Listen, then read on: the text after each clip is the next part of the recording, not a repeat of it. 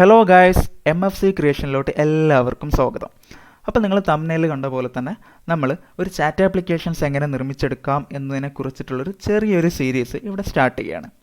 നമ്മൾ നമ്മുടെ ഡെയിലി ലൈഫിൽ ചാറ്റ് ചെയ്യാൻ വേണ്ടിയിട്ട് ഒരുപാട് ആപ്ലിക്കേഷൻസ് യൂസ് ചെയ്യുന്നുണ്ട്. വാട്സപ്പ്, ഫേസ്ബുക്ക് മെസ്സഞ്ചർ, ഇൻസ്റ്റഗ്രാം ഇങ്ങനെ തുടങ്ങി പല ആപ്ലിക്കേഷൻസും നമ്മൾ ഡെയിലി യൂസ് ചെയ്യുന്നവരാണ്. അങ്ങനെയെങ്കിൽ ഒരിക്കലെങ്കിലും നമ്മൾ ചിന്തിച്ചിട്ടുണ്ട് എങ്ങനെയാണ് ഈ ആപ്ലിക്കേഷൻസ് ഒക്കെ വർക്ക് ചെയ്യുന്നത്, എങ്ങനെയാണ് ഞാൻ ഇവിടുന്ന് ഒരു ഹായ് അയക്കുമ്പോൾ ഒരുപാട് അകലെയുള്ള ഒരാൾക്ക് എങ്ങനെയാണ് ആ മെസ്സേജ് കിട്ടുന്നത്, എന്തൊക്കെ ടെക്നോളജീസാണ് ഇതിൻ്റെ പിന്നിൽ പ്രവർത്തിക്കുന്നത്. അപ്പോൾ നമ്മൾ ഈ സീരീസ് ഇവിടെ എൻഡ് ചെയ്യുമ്പോഴേക്കും എങ്ങനെയാണ് ഒരു ചാറ്റ് ആപ്ലിക്കേഷൻ വർക്ക് ചെയ്യുന്നത്, അതുപോലെ തന്നെ എങ്ങനെ ഒരു സിമ്പിളായിട്ടുള്ളൊരു ആപ്ലിക്കേഷൻ നിർമ്മിച്ചെടുക്കാം എന്നുള്ളത് നമുക്ക് വളരെ വ്യക്തമായിട്ട് നമുക്കിവിടെ മനസ്സിലാക്കാം. അപ്പോൾ നമ്മൾ ഇവിടെ ബിൽഡ് ചെയ്യാൻ പോകുന്നത് ഒരു പ്രോഗ്രസീവ് വെബ് ആപ്ലിക്കേഷനാണ്. ഈ പ്രോഗ്രസീവ് വെബ് ആപ്ലിക്കേഷനും ഒരു നോർമൽ വെബ് ആപ്ലിക്കേഷനും തമ്മിലുള്ള വ്യത്യാസം എന്താണ്? അപ്പോൾ നമ്മൾ ഏതെങ്കിലും ഒരു ബ്രൗസർ എടുത്തിട്ട് ഈ ഒരു URL അടിച്ചിട്ട് ഒരു ആപ്ലിക്കേഷൻ ഓപ്പൺ ചെയ്യുകയാണെങ്കിൽ അതാണ് നമ്മുടെ വെബ് ആപ്ലിക്കേഷൻ, ഒരു നോർമൽ വെബ് ആപ്ലിക്കേഷൻ.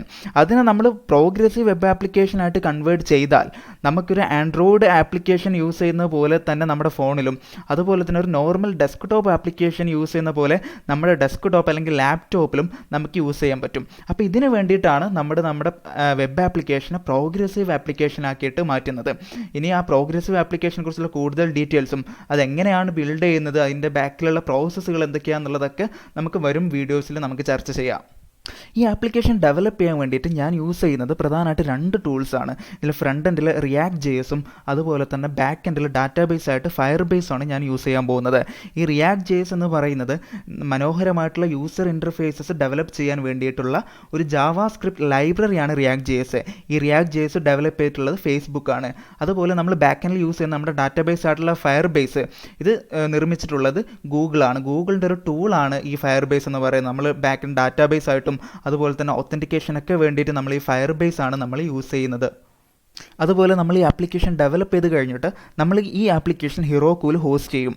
അതുവഴി നമുക്കൊരു URL കിട്ടും. ആ URL നമുക്ക് മറ്റുള്ളവരുമായിട്ട് നമ്മുടെ ഫ്രണ്ട്സായിട്ടൊക്കെ ഷെയർ ചെയ്തിട്ട് നമുക്ക് അവരായിട്ട് ചാറ്റ് ചെയ്യാൻ പറ്റും. അപ്പോൾ ഇത്രയും കാര്യങ്ങളാണ് നമ്മൾ ഈ സീരീസിൽ ചെയ്യാൻ പോകുന്നത്.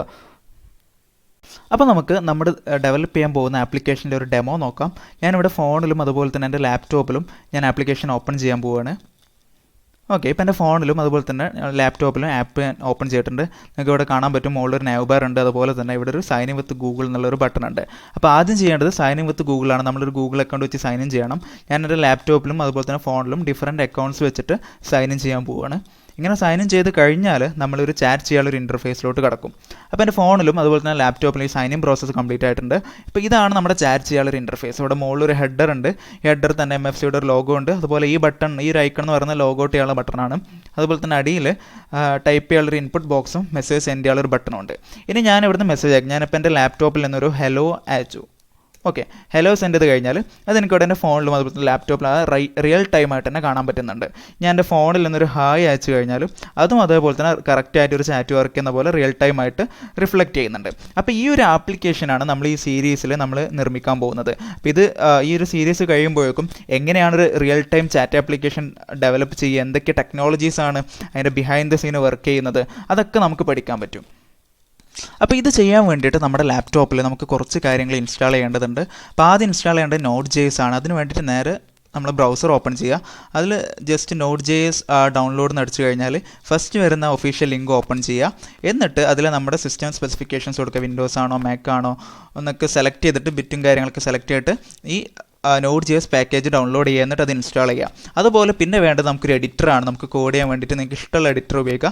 ഞാൻ റെക്കമെൻഡ് ചെയ്യുന്നത് VS Code ആണ്. അത് VS Code ഇല്ലെങ്കിൽ നേരെ VS Code ഡൗൺലോഡ് എന്ന് അടിച്ചു കഴിഞ്ഞാൽ അതും ഡൗൺലോഡ് ചെയ്യാൻ പറ്റും. അത് ഡൗൺലോഡ് ചെയ്ത് ഇൻസ്റ്റാൾ ചെയ്യാം. അപ്പോൾ ഇത്രയും കാര്യങ്ങൾ മാത്രം മതി നമുക്കിത് സ്റ്റാർട്ട് ചെയ്യാൻ വേണ്ടിയിട്ട്. അടുത്തതായിട്ട് നമുക്ക് പുതിയൊരു റിയാക്റ്റ് പ്രൊജക്റ്റ് സ്റ്റാർട്ട് ചെയ്യാം.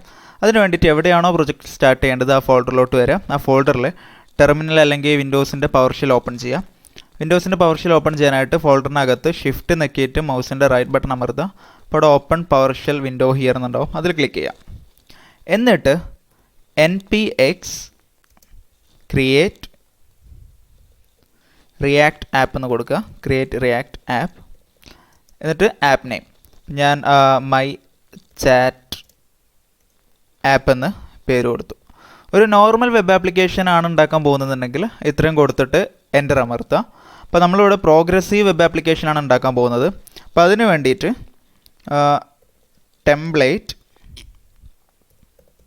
Template space CRA template PWA എന്നിവിടെ കൊടുക്കുക. എന്നിട്ട് എൻ്റർ ചെയ്യുക. ഓക്കെ, ഈ പ്രോസസ്സ് കംപ്ലീറ്റ് ചെയ്യാൻ കുറച്ച് സമയം എടുക്കും. ഇത് കംപ്ലീറ്റ് ചെയ്യുമ്പോൾ നമുക്ക് പുതിയൊരു റിയാക്റ്റ് പ്രൊജക്റ്റ് ഇവിടെ ക്രിയേറ്റ് ആയിട്ടുണ്ടാവും.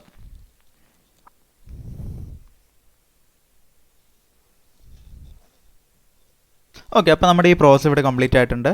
നമുക്ക് നമ്മുടെ പ്രൊജക്റ്റ് ഇവിടെ ക്രിയേറ്റ് ആയിട്ടുണ്ട്, മൈ ചാറ്റ് ആപ്പ് എന്നുള്ളത്. ഇനി നമുക്കത് വിഷ്വൽ സ്റ്റുഡിയോ കോഡിൽ നമുക്കത് ഓപ്പൺ ചെയ്യാം. അതിന് വേണ്ടിയിട്ട് CD മൈ ചാറ്റ് ആപ്പ് എന്ന് കൊടുത്തു. എന്നിട്ട് ജസ്റ്റ് കോഡ് സ്പേസ് ഡോട്ട് കൊടുക്കുക.